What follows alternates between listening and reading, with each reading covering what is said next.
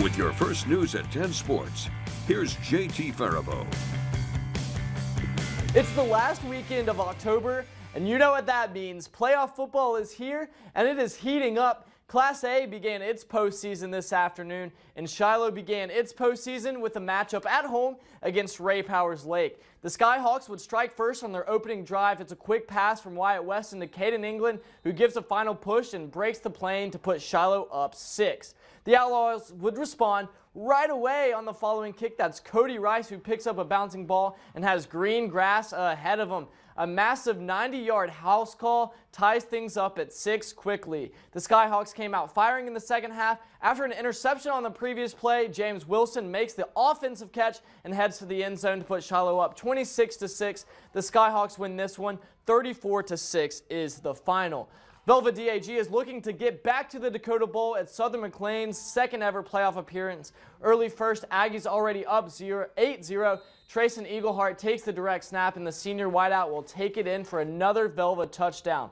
Next Velva possession, Rough Riders get a big fourth down stop as they stop and sack quarterback Ben Shep. But those were few and far in between those stops. Later in the first, that's Shep who's going to take the QB draw all the way for the score. This one is all Aggies. 71-0 is that final.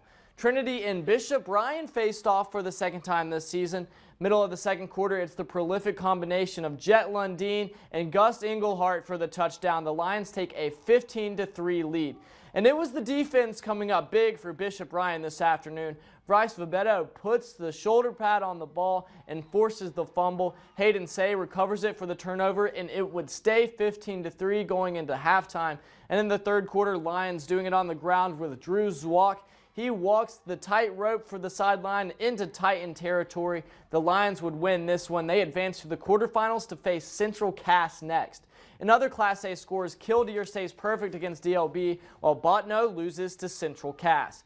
Harvey Wells County secures a quarterfinal date with Velva DAG, and it was a heavyweight matchup in round 2 of the 9-man playoffs as South Border faced Linton HMB. Early in the first half, Lions looking to throw, but Caleb Koziak undercuts the pass and picks it off to give South Border the ball. This one is scoreless until the second. That's when Gentry Richter hits Jacob Hayes up the sidelines for the first touchdown of the game. That makes it 8-0 Lions.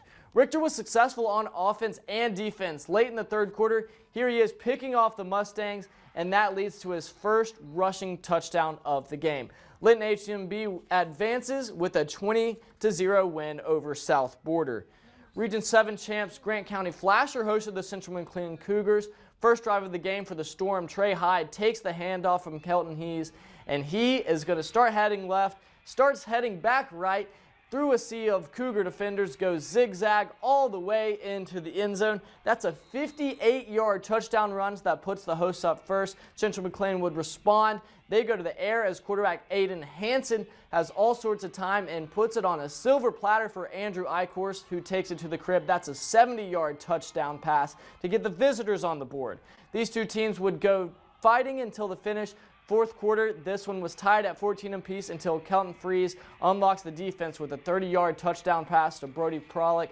This puts the Storm up good. 22-14 will be today's final. The Mavericks and the Royals faced off for the second time this season. Late in the second half, this is going to be MLS driving. Drayson Johnson goes deep and connects with Reed Morlock for 6. They'll go up 14-12 at the half.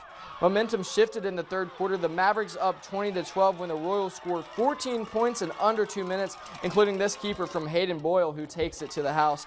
Moments later, Johnson is going to be picked off, and Luke Anderson is going to take it to the house for the pick 6. The Royals make history with their first ever state playoff win. Next week, they head to Lemoore to face the top-seeded Lobos. One more 9-man score for you from our region. The Sioux pick up a convincing win over Alexander. In college football, the Bison trample Murray State while UND loses by 1 to Youngstown State in overtime. Minnesota Duluth beats Minot State by 2 touchdowns. Day 2 of the state cross-country meet took place in Jamestown with Class A runners hitting the course. In the boys championship, it's Will Emmels of Century taking first at 15-15. BHS will take second, third, and fourth and hands them the team title. On the girls' side, Ruby Emmels will get the win at 17-28. Williston gets the team title win, but the Emmels siblings are the first sibling pair to sweep the cross-country state championship since Jessica and Justin Schweitzer did it in 1996. The Williston Coyotes, they clinched the team crown on the girls' side with scoring going to the 6th runner for the tiebreaker between them and Bismarck High. Bismarck High wins it on the boys' side. As we said, they had 4 runners finish in the top 5. All those runners came after Will Emmels. And some hockey scores. The Bobcats and the Minotauros have just gone to overtime. College hockey, Minot State beats UMary 6-1, while UND loses in a close one to the number 3 ranked Terriers. Holy cow, you can take a breath now.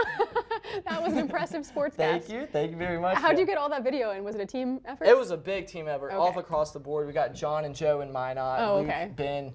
Ben was at cross country. Yeah, help from everybody. So That was nice. Well, now we know. It takes a team to put that together.